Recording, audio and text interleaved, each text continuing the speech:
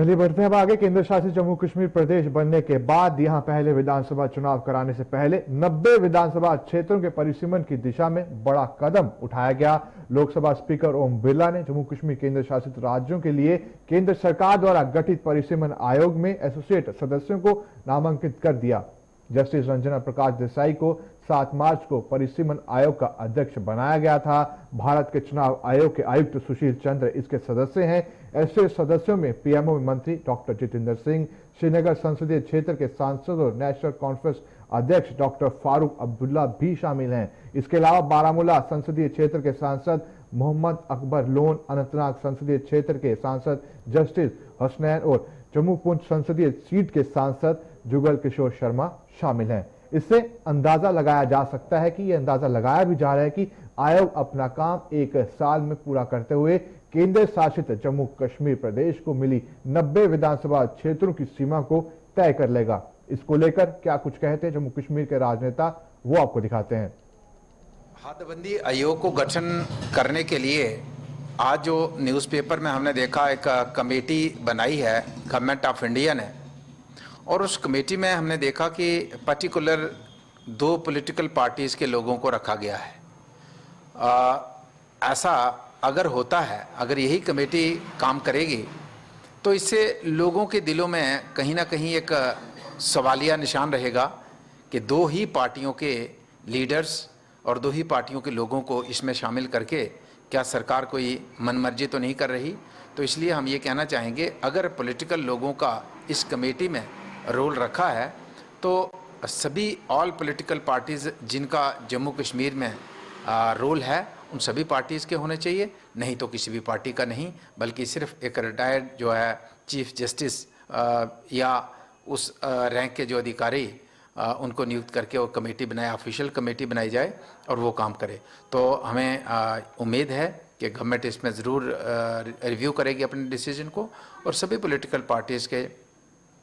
Members को कम से कम एक मेंबर को लेके ये कमेटी बनाई जाएगी, ताकि ग्राउंड पे वो जो वर्क हो तो उसमें किसी खिते, किसी इलाके, किसी जात, किसी धर्म, किसी बिरादरी के को ना लगे कि उसके साथ अन्याय हो। लोकसभा के स्पीकर ओम बिरला जी ने डिलिमिटेशन कमीशन का गठन किया है। मुझे लगता है कि बहुत ही सराहनीय कदम है। डिलिमिटेशन की बहुत देर से जम्मू कश्मीर के लोगों की पुरजोर डिमांड रही है, और जब यहाँ धारा 370 हटाई गई और उस वक्त नए कानून के तहत डिलिमिटेशन कमीशन का फॉर्मेशन हुआ था। हालांकि डिलिमिटेशन कमीशन के चेयरमैन नियुक्त हो गए थे, लेकिन एक कमेटी जो कि सांसदों से नियुक्त होती है उसका भी घोषणा नहीं हुई थी। कल लोकसभा के स्पीकर ओम बिरला जी ने जिसकी घोषणा की है, जिसमें हमारे पीएमओ में डॉक्टर जितेंद्र सिंह जी और बाकी सांसद जो जम्मू कश्मीर से हैं वो उसके सदस्य हैं, और इसके अलावा और भी जो 15 मेंबरी कमेटी बनाई है, मुझे लगता है कि बड़ा सराहनीय कदम है। और डिलिमिटेशन कमीशन को इमीडिएटली अपना कार्य शुरू करना चाहिए जम्मू कश्मीर के अंदर 90 विधानसभा क्षेत्रों की हदबंदी करके, क्योंकि जम्मू ने हमेशा इस बात को लेकर हमेशा अपनी डिमांड पुरजोर रखी है कि कश्मीर के हुक्मरानों ने हमेशा जम्मू की लीडरशिप को दबाने का प्रयास किया है, जम्मू को लोगों को दबाने का प्रयास किया है, इसके लिए सफ़र किया है जम्मू वालों ने। और मुझे लगता है कि ये जो डिलिमिटेशन कमीशन बनने के बाद जब ये डिलिमिटेशन कमीशन अपनी रिपोर्ट देगी, बराबर हदबंदी जो है जम्मू कश्मीर यूटी के अंदर विधानसभाओं की होगी, तो यकीनन जम्मू को ना सिर्फ इंसाफ मिलेगा बल्कि एक बहुत ऐसा जिक्स बना हुआ है कि कश्मीर की डोमिनेंस, लेकिन अब ये 90 सीटों के बाद एक पैरेलल बैलेंस बनेगा। जम्मू की सीटें बराबर होंगी, कश्मीर की सीटें बराबर होंगी, और आने वाले दिनों में इस डिलिमिटेशन कमीशन की रिपोर्ट के बाद जो भी रिपोर्ट सबमिट होती है उसके बाद जो सीटें डिसाइड होती हैं उनके बलबूते हुए जो भी विधानसभा का जब भी चुनाव होगा, मुझे लगता है बेहतरीन सरकार यहाँ पर गठित होगी और जम्मू कश्मीर के लोगों का एक बैलेंस जो है वो बनेगा, पावर का बैलेंस जो है दोनों तरफ रहेगा और जम्मू कश्मीर एक नए रास्ते पे चलेगा। देखिए, केंद्र सरकार द्वारा उठाया गया बहुत ही अच्छा ये कदम है, और हम सब जानते हैं कि जम्मू कश्मीर में काफ़ी देर से डिलिमिटेशन हुआ भी नहीं था, और यहाँ पर डिलिमिटेशन कमीशन बने, ये पहले से बड़ी एक डिमांड भी थी। मैं आभार प्रकट करना चाहता हूँ केंद्र सरकार का कि उन्होंने यहाँ पर ये कमीशन बनाया और उसके चेयरमैन और मेंबर्स के नाते स्पीकर महोदय ने हमें भी यहाँ पर नामित किया है। तो अच्छी बात तो ये रहेगी कि ये जो लोगों की एक अपेक्षा रहती थी कि भाई जल्द से जल्द डिलिमिटेशन हो और ये विधानसभा क्षेत्र जो हैं वो भी बढ़ें और पॉपुलेशन के हिसाब से कहीं से शिकायत आती थी कि जहाँ पर वोटर ज़्यादा है, कहीं से शिकायत आती थी हमारा क्षेत्रफल ज़्यादा है और फिर ये कि भाई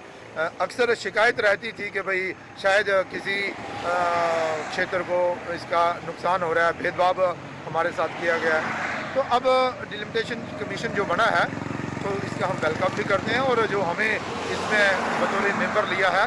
मैं ये विश्वास दिलाना चाहता हूँ कि हम मेहनत और लगन के साथ काम करेंगे ताकि जल्द से जल्द ये जो कमीशन है अपनी रिपोर्ट जो है वो सौंपे। और मैं ये भी कहना चाहता हूँ कि यहाँ विशेष तौर पर जम्मू संभाग में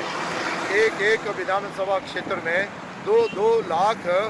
वोटर था और कहीं कहीं विधानसभा में 30-30, 40-40 हज़ार भी वोटर था। तो लगता था कि कहीं ना कहीं बेइंसाफ़ी है। तो मुझे खुशी इस बात की है कि इस बार हमारी कुछ सीटें बढ़ भी गई हैं और हमारे वो भाई जो बरसों से वंचित रह रहे थे वोट डालने के लिए, वो जो वेस्ट पाकिस्तान रिफ्यूजी जिनको हम कहते थे, उनको अपने आज तक अधिकार नहीं मिल पाए थे, आज वो भी इसमें इंक्लूड होंगे, उनके भी वोट बढ़ेंगे और मुझे लगता है कि जल्द से जल्द ये कमीशन अपना काम शुरू करेगा और लोगों को इंसाफ दे पाएगा। आज डिलिमिटेशन कमीशन के मेंबर तो यहाँ पे बना दिए और जो लोगों को नॉमिनेट यहाँ पे किया लोकसभा स्पीकर ने, वोटिंग राइट तो उनके पास है नहीं। काम डिलिमिटेशन कमीशन ने यहाँ पे करना और आज हम उम्मीद करते हैं कि आज भाजपा सत्ता में वहाँ पर भी है और यूटी एडमिनिस्ट्रेशन में भी यही कहते हैं कि इनकी सरकार एडमिनिस्ट्रेशन इनके पास है। तो आज ज़रूर महसूस करेंगे कि जम्मू को प्रॉपर उसका हक मिल पाए। 7 सीटें बढ़ानी है, जम्मू में मैक्सिमम शेयर ये दिलवा पाएँ। तो आज उम्मीद ही हम इन लोगों से कर सकते हैं कि जम्मू के लोगों के साथ